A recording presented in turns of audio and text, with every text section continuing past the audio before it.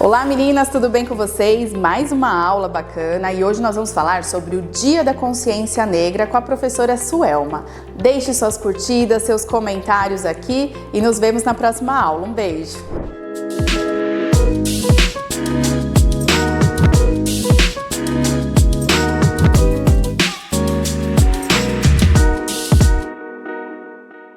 Olá a todas as pessoas que estão assistindo.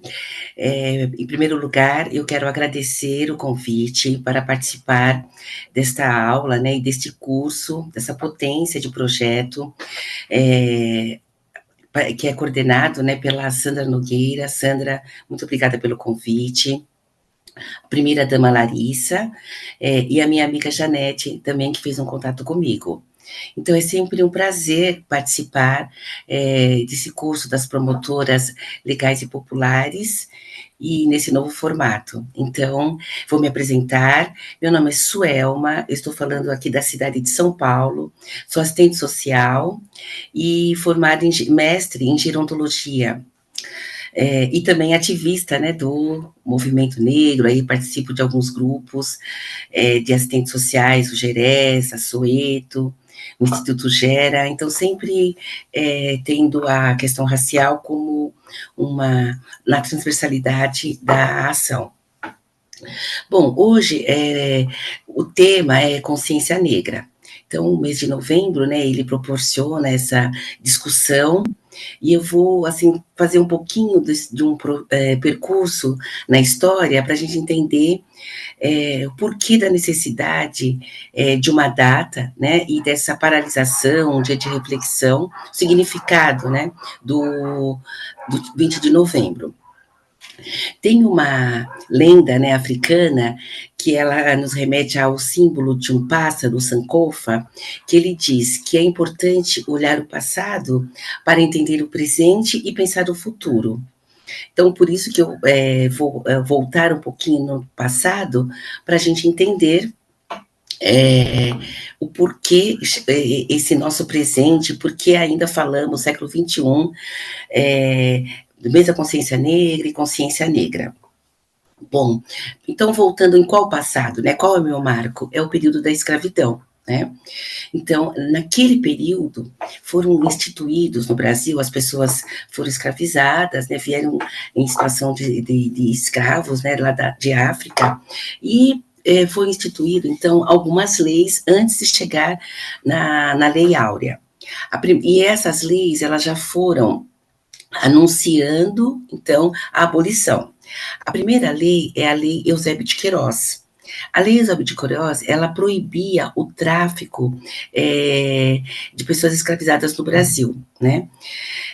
Porém, o tráfico, mesmo até essa lei ter sido instituída, já estava sendo anunciado, né, principalmente por pressão da Inglaterra, mas o Brasil, ele continuou a traficar. Bom, então foi instituída essa primeira lei, Lei Eusébio de Queiroz, e o Brasil ainda continuou praticando ilegalmente, né, o tráfico. Então, por isso que a gente tem até uma expressão bastante utilizada, é lei para inglês ver. Ela vem dessa lei Eusébio de Queiroz, porque foi uma lei instituída, mas não foi praticada.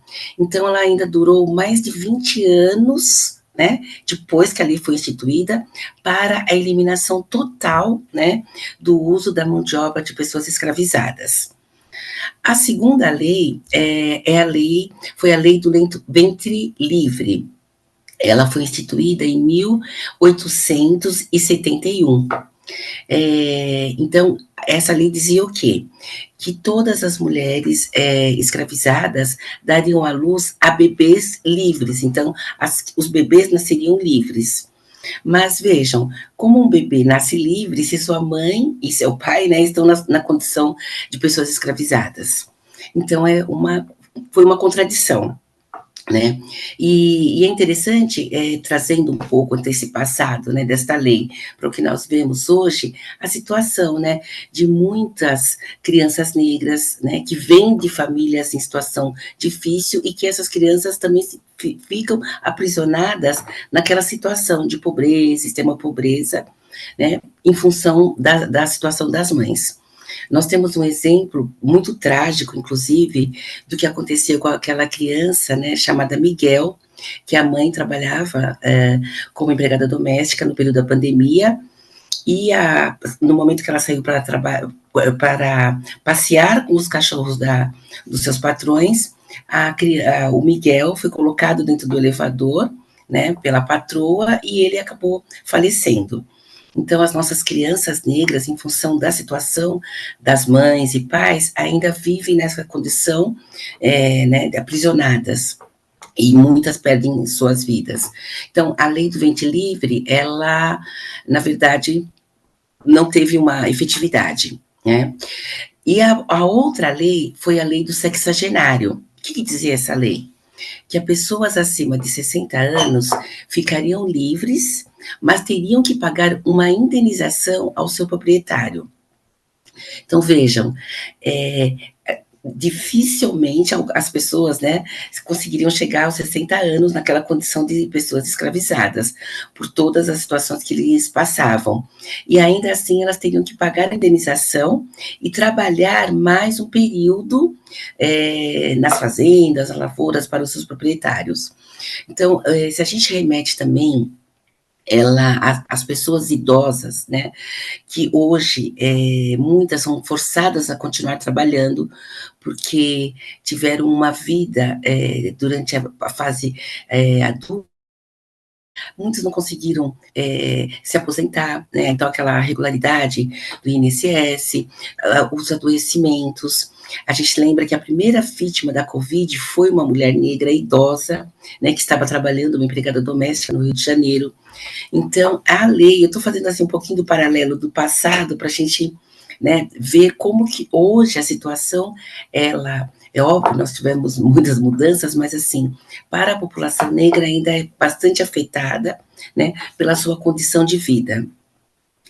Então, até depois da lei do sexagenário, aí que chegou, né, chegamos aí na Lei Áurea. A Lei Áurea, ela é importante, todas essas leis que eu falei anteriormente, como eu falei, elas anunciaram, né, estavam caminhando para a libertação.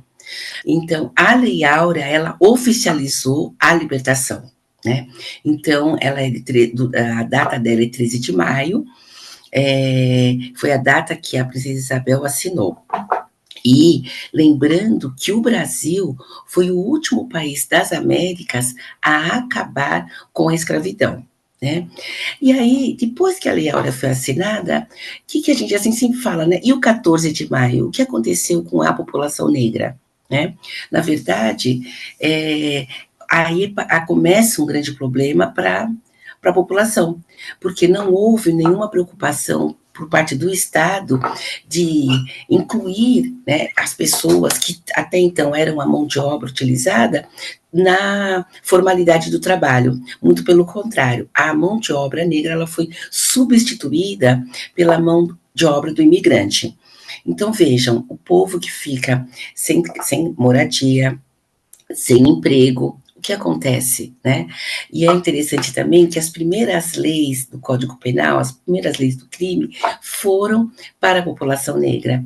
Então, se as pessoas a lei de vadiagem, era para quem, se tem as pessoas que estão perambulando, é vadio, né? Então, é uma transformação radical na vida das pessoas, o que ocorreu, né, lá atrás, século XIX. Então, eu trouxe esse breve histórico, né, para a gente olhar, né, aquele passado e entender este presente, né, que vivemos hoje. Então, na verdade, a data do 13 de maio, o movimento negro passou a refletir que não temos o que comemorar.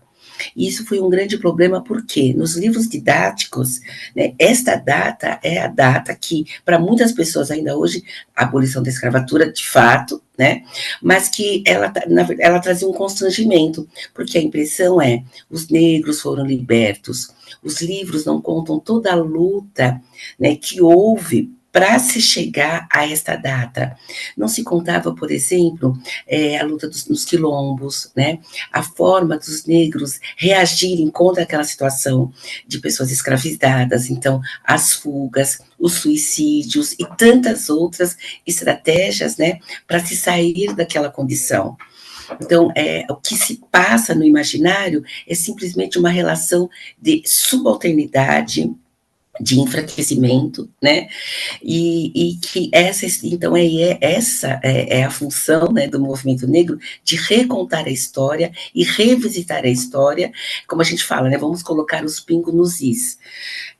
Então, no início dos anos 80, o movimento negro passou a comemorar, considerar o 13 de maio como a data que significa um Dia Nacional de Luta contra o Racismo. Então, esse é um marco muito importante, né? Dizer que o passado do 13 de maio, hoje é o Dia Nacional de Luta contra o Racismo. E exatamente para chamar a atenção, né, do que aconteceu nessa pós-abolição, que não garantiu condições reais, né, de participação da população negra na sociedade brasileira. Então, foi necessário muita luta, né, foi necessária muita luta de pessoas para a participação. Então, por isso que vocês vão ver muito repetir movimento negro, que esse movimento negro, ele tem várias etapas também, né, e que para nós, ele vem desde lá, da período da escravidão até os dias atuais, com muitas mudanças, né, na sua forma de intervir na sociedade. E depois, então, chegando, né, nessa data do Dia da Consciência Negra, que foi o 20 de novembro, ela foi instituída em 2011, então foi uma lei, né? Então, no sentido jurídico, o que é essa consciência? A consciência é não ser omisso, né, frente a algo que está acontecendo de errado, mas se indignar com o erro. Então, o Dia da Consciência Negra, o movimento negro de diversas cidades, eles vão às ruas, né, para marchar, para se manifestar contra o racismo e todas as formas de opressão, denunciar a discriminação racial vivida pela população negra e reivindicar políticas públicas que garantam qualidade de vida e bem-estar para toda a população, né? População negra, população trabalhadores, trabalhadoras, população indígena, todos aqueles que estão em situação de opressão, de discriminação.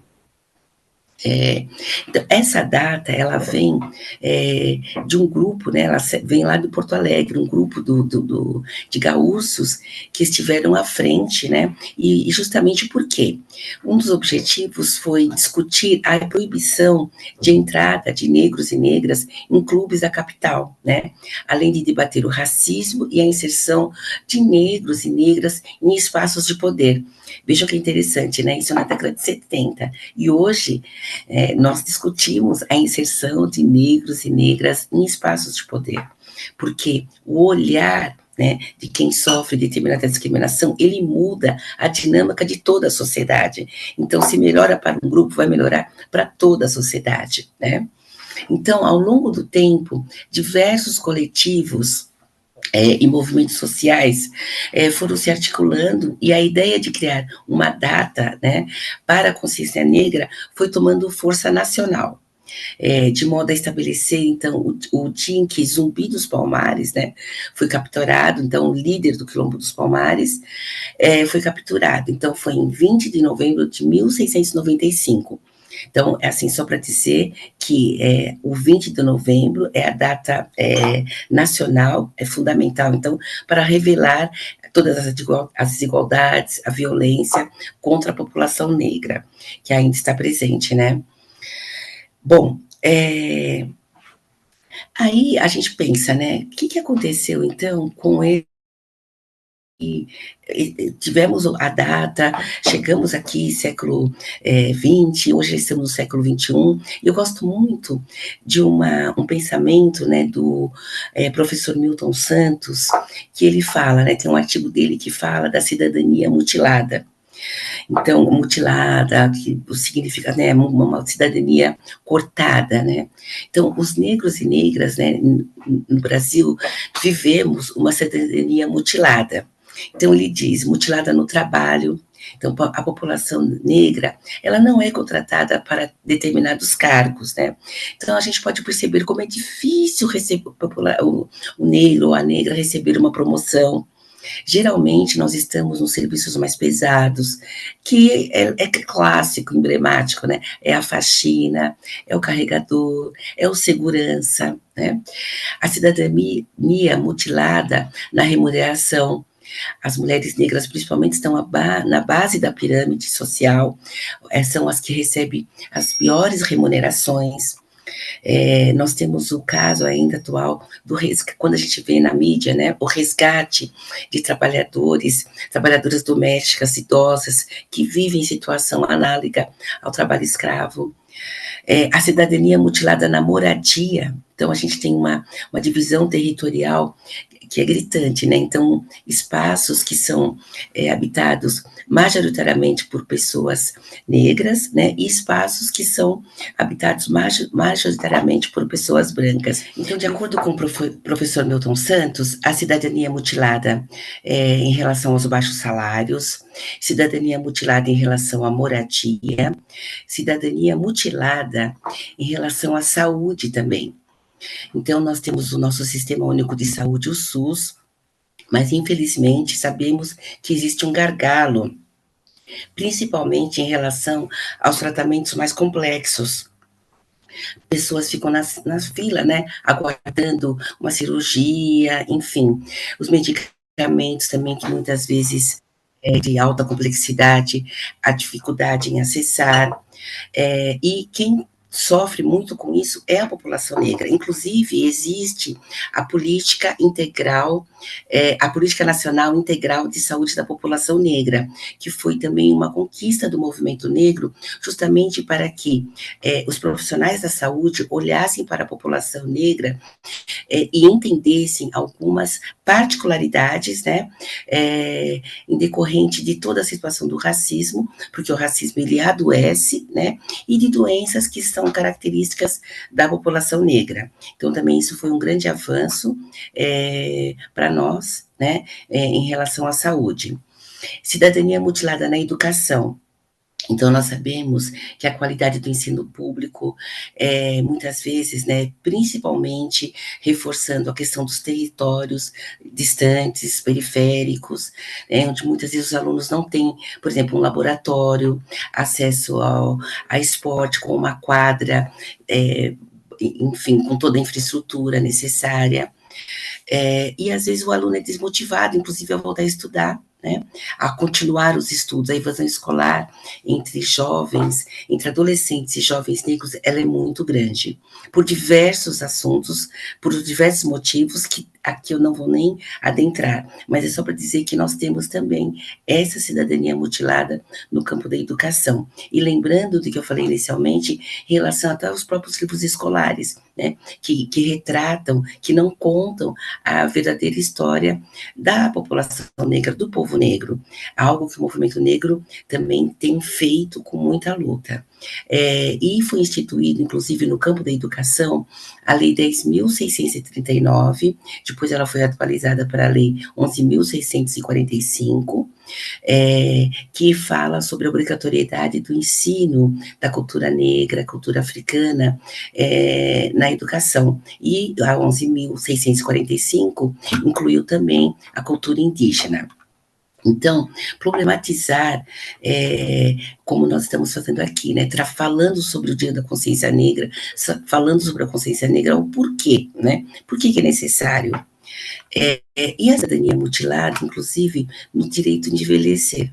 Então, nós sabemos que, ao longo da vida, as pessoas vão passando, quem consegue envelhecer, né, ela chega no envelhecimento com muitas sequelas emocionais, sequelas físicas, né, e que, como eu falei, como a gente tem um trabalho mais pesado, muitas sequelas não são aparentes, e elas só vão, de fato, trazer essas consequências na velhice.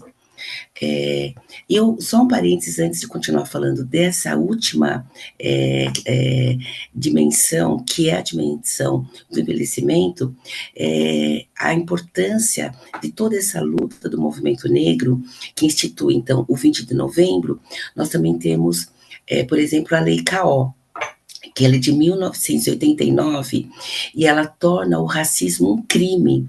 Então, às vezes, muitas pessoas sofrem o racismo e não sabem como proceder. Aqui em São Paulo tem, inclusive, a delegacia, né, de crime raciais. Então, é importante, é um instrumento fundamental de proteção, né, a toda a população negra. E temos também o Estatuto da Igualdade Racial. O Estatuto ele é de 2010. Então, o Estatuto ele fala também, inclusive, na criação de políticas públicas para combater as desigualdades raciais, né? E também temos todas as políticas de ação afirmativa.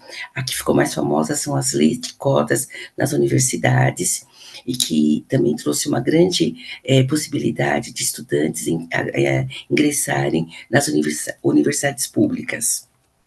Então, são avanços, como eu falei, que são agora para o nosso presente, né? A geração presente está usufruindo e que vai ter um impacto muito grande nas próximas gerações. Muitas mulheres negras, inclusive, estão, né, um índice muito grande de mulheres negras que aumentaram o índice da educação, nível de escolaridade, por conta de todas as políticas, né, de ação afirmativa. Em relação a essa última dimensão, que é o direito de envelhecer, nós temos na filosofia, ela fala de dois tempos, né, que é o Kairos e o Cronos. O Cronos é esse tempo que nós vivemos, então as etapas da vida, os horários, o nosso tempo do relógio, né?